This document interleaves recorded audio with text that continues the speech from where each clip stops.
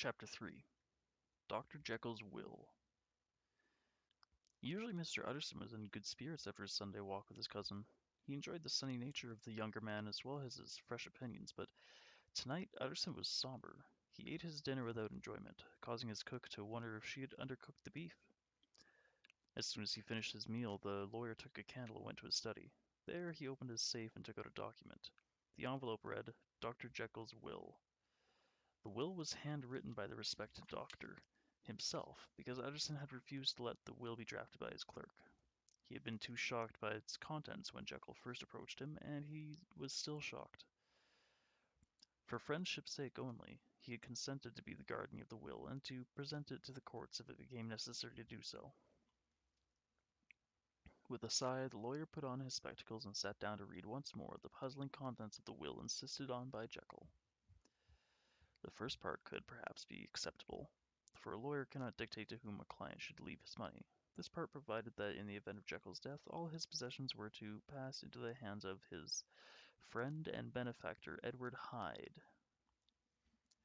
But the second part did not make any sense to Utterson. It specified that in case of the doctor's disappearance or unexplained absence for any period exceeding 3 calendar months, Edward Hyde should step into Henry Jekyll's shoes without further delay and be free from any obligation beyond the payment of a few small sums of money to the members of the doctor's household staff. Mr. Utterson had never heard of such an arrangement, and he had practiced law for close to 40 years, and tonight brought a new burden as he read the familiar pages. Tonight he learned something of the character of this Edward Hyde. Before, Hyde had just been a name in the will, but now he had become an actual living being, a fiend. Utterson replaced the will in his safe, wishing he could do something about the fanciful provisions Jekyll had made. Disappearance indeed, muttered the lawyer. Richard's suggestion of blackmail came to his mind, and he wondered if that would be true. Is there some disgrace in store for Henry Jekyll that will force him to disappear? He asked himself. Because Jekyll was an old friend as well as a client, Utterson was quite upset by the story Richard had told him that morning. Perhaps Lanyon can give me some insight into Henry's behavior, he decided. Hasty Lanyon had been the third member of their trio at college. Jekyll, Lanyon, and Utterson, roommates and close friends. Lanyon was now a celebrated doctor. Utterson blew out his candle and called to his servant for his overcoat. Then he walked the short distance to Lanyon's big house in Cavendish Square. Dr. Lanyon was still at the dinner table, sitting alone over his wine. He was delighted to see Utterson, and in his boisterous manner made him very welcome.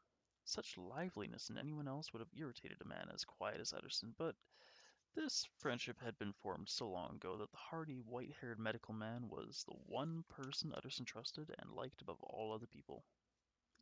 The lawyer accepted a glass of wine from his friend and settled into a comfortable chair. I suppose, Lanyon, that you and I must be the two oldest friends that Henry Jekyll has, began Utterson. I wish the friends were younger, said Lanyon with a laugh, but what of that? I see little of Jekyll now. Indeed, said Utterson, surprised. I thought you two were especially close, since you're both medical men. We were, replied Lanyon, but for almost 10 years Jekyll has become more and more fanciful. Too much so for me. He began to go wrong in mind.